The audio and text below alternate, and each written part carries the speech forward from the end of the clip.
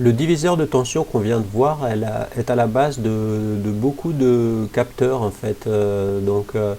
Comme on l'a dit, dans un capteur, il y a souvent à un moment donné une résistance qui est variable. Et quand on met cette résistance en série avec une autre résistance qui elle est fixe, on voit en fait quelles sont les variations de cette résistance et donc on peut en déduire la grandeur physique qui nous intéresse. Donc on va s'en rendre compte ici en faisant l'expérience avec la photorésistance, hein, le capteur de luminosité que l'on a déjà rencontré. Alors pour cela, je vais prendre ici mon Arduino, je vais prendre le protoboard, une résistance et on va retrouver la photorésistance. Donc voilà, c'est les composants que je vais avoir besoin d'utiliser ici. Donc pour l'instant, notre but, hein, ça va être juste de repérer en mesurant la tension en fait, hein, dans les entrées ici analogiques. On va essayer de rentrer, de détecter justement le changement de luminosité ici. Donc, ce capteur-là de photorésistance, hein, on sait qu'il y a une grande variation de la résistance. Hein. On avait vu que ça allait de 100-180 kΩ, je crois au maximum, si je me rappelle bien dans la simulation, jusqu'à au minimum 500 à peu près ohms. Donc, il faut que je mette dans le circuit en fait, hein, en série, hein, les deux résistances, et que l'autre reste quand même du même ordre de grandeur dans à peu près toutes les conditions. Donc comme l'ordre de grandeur va quasiment de 1000 à 100, et bien entre les deux ici, bien, on va se mettre à 10 kΩ. Donc là c'est ce qu'il nous conseille hein, souvent de faire, parce que rappelez-vous, hein, la résistance la plus grande, c'est elle qui va prendre la tension la plus grande. Donc s'il y en a une qui est beaucoup plus grande que l'autre, et bien elle va prendre toute la tension et du coup on ne va pas pouvoir voir tellement les changements ici. Donc dans toutes les circonstances, la plus grande prendra toute la tension. Alors ici, je vais essayer de mettre mes composants quelque part ici hein, pour essayer de me rendre compte de ce qui se passe. Donc mettons-les ici par exemple. Voilà. Ici, celui-là, je peux le tourner. On peut le mettre voilà, par ici, hein, comme ça les deux vont être connectés ici. Hein, cette ligne-là va connecter les deux capteurs. Ici, je vais me prendre partir de cette ligne-là et l'amener vers le plus, le 5 volts, et l'autre, je vais l'emmener vers le moins ici. On mettra les couleurs après, donc il faut que j'alimente ici GND, je vais aller vers le moins, et le 5 volts, je vais aller vers le plus. Voilà. Alors on va mettre des couleurs, enfin les couleurs adaptées. Donc ici c'est en rouge, celui-là aussi. Ici c'est en noir. Et celui-ci aussi. Voilà. Donc là, si je regarde bien, le courant partant du 5 volts, il arrive ici. Ici, il arrive à cet endroit-là. Avec le fil, il arrive jusqu'à la résistance. Passe dans la résistance. Il passe dans l'autre résistance. Il revient ici. Et voilà. Il a fait le tour ici. Donc maintenant, moi, je vais aller mesurer ici. Hein, c'est encore mon diviseur de tension. Ici, à cet endroit-là. Je vais prendre un fil. Et je vais l'emmener sur l'une des pattes analogiques ici. Encore, on peut mettre sur A1 si on veut. Voilà. Donc celui-là, je vais le mettre en jaune. Et mon circuit, il est prêt. Il faut maintenant coder tout cela. Donc le codage, ça va être rapide. Hein. Il va falloir aller mesurer ici la tension. En fait, au lieu de la tension, lui, il va mesurer ça, il va coder ça entre 0 et 1023, hein, rappelez-vous. Donc, on va le mettre ici, dans le code. Donc, j'ai besoin d'une variable encore. Hein. Toujours ma valeur, vous pouvez l'appeler comme vous voulez. Ici, ça, je n'ai pas besoin. Donc, je vais définir ma valeur, qui va être quoi, en fait? Eh bien, qui va être ce que je vais lire ici. Donc, dans les entrées, hein, je vais lire sur la broche analogique. Alors, je vais décaler un peu pour qu'on voit mieux. Moi, je l'ai mis sur A1. Voilà. Cette valeur, maintenant, qu'est-ce que je veux en faire? Ben, je pourrais la comparer à une autre valeur. Si c'est supérieur à 500, je fais quelque chose. Si c'est inférieur, je fais autre chose.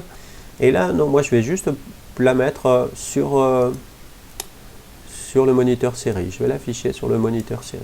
Et afficher quoi? Valeur. Donc, je vais afficher valeur. Voilà. Bon, il ne me reste plus qu'à attendre pour ne pas avoir trop de valeurs qui soient écrites. Donc, je vais attendre une petite seconde entre chaque lecture.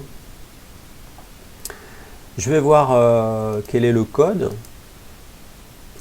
Donc, on a bien déclaré une valeur au début. Dans l'initialisation, on a dit que A1, c'était une entrée. On a mis en route notre moniteur série, hein, notre liaison série, hein, avec la vitesse de 9600 baux. Et dans la boucle ici, hein, ce que je fais, c'est que je vais aller lire la valeur analogique là sur A1. Je vais écrire cette valeur-là sur la liaison série et je vais attendre une seconde avant de recommencer ici. Donc je peux sélectionner ce code-là, hein, puisqu'il va falloir tout à l'heure le mettre sur Arduino IDE. Donc voilà, je peux cacher ce texte. Je vais avoir besoin du moniteur série, donc je vais ouvrir un petit peu la partie basse. Et on va peut-être cacher un tout petit peu. Voilà. Donc je lance la simulation. Voilà, je me retrouve avec une valeur de 969. Alors c'est une valeur élevée, on est proche des 1000. Alors pourquoi, rappelez-vous, hein, parce que cette résistance ici, quand elle n'est pas éclairée, elle est très grande en fait. Hein, elle est de 180 kΩ, donc beaucoup plus grande que celle-ci. Donc ça veut dire que la majorité de la tension ici, hein, elle est sur la première résistance, pas sur la deuxième. Je viens ici, donc j'ai cliqué dessus, et petit à petit ici, je vais, vous voyez, à augmenter la luminosité. Et bien là, vous voyez, rien qu'avec un tout petit peu de luminosité, je me retrouve avec des valeurs beaucoup plus petites ici. Donc, je continue d'augmenter, ça diminue. On voit bien que ce n'est pas proportionnel à notre quantité, mais on arrive à voir, vous voyez, je continue de baisser. Enfin, je continue, pardon, d'augmenter la luminosité et la résistance continue de baisser, puisque la tension aux bornes continue de baisser.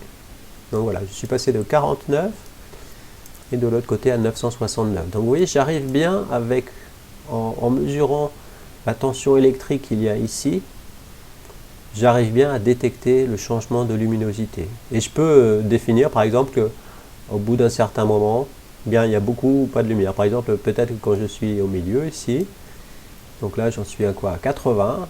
Si j'ai plus que 80, eh bien plus de 80, ça veut dire que c'est sombre. Moins de 80, ça veut dire que c'est éclairé.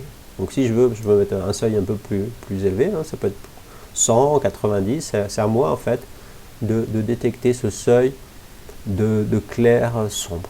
Donc voilà ce que l'on peut montrer ici. Je vais arrêter la simulation sur ce petit circuit. Donc évidemment, il faudra ensuite placer cela dans un circuit. Alors vous allez pouvoir aussi trouver des capteurs dans lesquels vous aurez et la photorésistance et celles-ci, hein, qui seront déjà inclus et vous n'aurez pas besoin de choisir une résistance, ce sera encore plus facile. Alors voici mon circuit, hein, donc j'ai essayé de le présenter à peu près sous la même forme. Donc j'ai ma résistance de 10 kg qui est reliée ici au plus. Hein. Ensuite sur la même patte j'ai relié la photorésistance. La photorésistance ici qui est reliée au moins. Et ici, vraiment au diviseur de tension ici, c'est relié au A1 ici. Donc allons-y, je prends mon... comment dire, je branche ici mon circuit, je vais ici dans le... Je regarde si dans les outils ici, hein. Voilà, je suis connecté. Moniteur série, on le verra tout à l'heure. Il faut que je téléverse d'abord. Donc je n'ai pas fait, je crois. Voilà, le téléversement c'est passé sans problème. J'ouvre ici maintenant mon moniteur série. Alors, je peux effacer tout pour que ce soit peut-être plus clair. Donc là, avec la luminosité qu'il y a dans ma pièce en ce moment, donc là c'est le soir, il y a juste la lumière ici de, comment dire, de l'éclairage. Hein. Donc là je me retrouve à 440. Donc là vous voyez je suis à peu près à la moitié de la tension ici. Donc si c'est plus sombre, eh bien je vais avoir une résistance qui est plus élevée, donc une tension qui doit être plus grande. Donc je vais mettre ma main, je vais la placer au-dessus. Donc là, vous voyez, je ne suis pas encore à toucher, hein, mais je suis déjà passé à 740. Et il y a encore un peu de lumière qui vient ici. Donc si je veux, j'enlève ici ma main. Donc je reviens à la valeur de tout à l'heure, à peu près 440. Et je vais quasiment mettre mon doigt, carrément mettre mon doigt dessus. Et là, je me retrouve avec le maximum, en fait, c'est complètement sombre. On n'est pas très loin des valeurs de simulation de tout à l'heure. Donc autour de 900 et quelques. J'enlève mon doigt. Et maintenant, ce que je vais faire, c'est que je vais prendre mon téléphone ici, et puis je vais essayer de le mettre juste au-dessus pour l'éclairer. Et là, vous voyez, là j'ai un éclairage maximal, disons, et ma résistance, elle est passée à autour de 80 cette fois-ci. Donc vous voyez, ça fonctionne vraiment très très bien, avec la valeur de 10 kΩ. J'arrive à détecter vraiment toutes les gammes de luminosité. Donc ça va pour des valeurs lues de 900 jusqu'à 80 à peu près. Donc il faut bien faire attention que les valeurs qui sont affichées ici ne correspondent pas à des luminosités. Ça correspond à des niveaux de tension. Donc si je suis à 1023, ça voudrait dire que j'ai du 5 volts. Donc ces 5 volts correspondraient à une valeur de résistance. Donc là, il y a un lien entre la valeur que j'affiche ici et la luminosité, mais ce n'est pas la luminosité. Donc c'est même le contraire. Plus la luminosité est grande, plus la résistance est faible et donc plus la valeur affichée est faible. Mais connaître cette valeur-là affichée, eh bien ce sera très utile pour savoir si mon composant est éclairé ou pas. Est-ce qu'il est beaucoup éclairé ou pas? Donc je peux me mettre comme ça des seuils pour les niveaux de luminosité. Donc ça y est, hein, j'ai réussi à avoir, comment dire, un circuit qui me permet de détecter les niveaux de luminosité. Alors juste pour terminer ma vidéo ici, hein, je vais le mettre ici à cet endroit-là. Donc là c'est un capteur ici de luminosité. Et ce capteur de luminosité, en fait, il vient déjà, vous voyez, avec un tout petit circuit. Je ne sais pas si vous arrivez à le voir comme il faut. Et donc il suffit de le brancher. Pour cela, vous voyez, vous avez 3 pattes ici. Donc il y en a une du côté de mon doigt, c'est le moins. Au milieu, c'est le plus. Et le côté, la troisième patte, c'est le signal, en fait. Donc là, c'est très facile. Hein, vous n'avez pas besoin de faire tout ce circuit-là. Donc d'un côté sur le moins, au milieu sur le plus, et l'autre, ce serait mon fil jaune. Et c'est terminé. Vous avez votre câblage de votre capteur. Et la plupart des capteurs, ça va être comme ça. Ils viennent avec une toute petite plaque. Et vous n'avez pratiquement rien à faire pour les utiliser. Donc vous voyez, ce sera vraiment facile.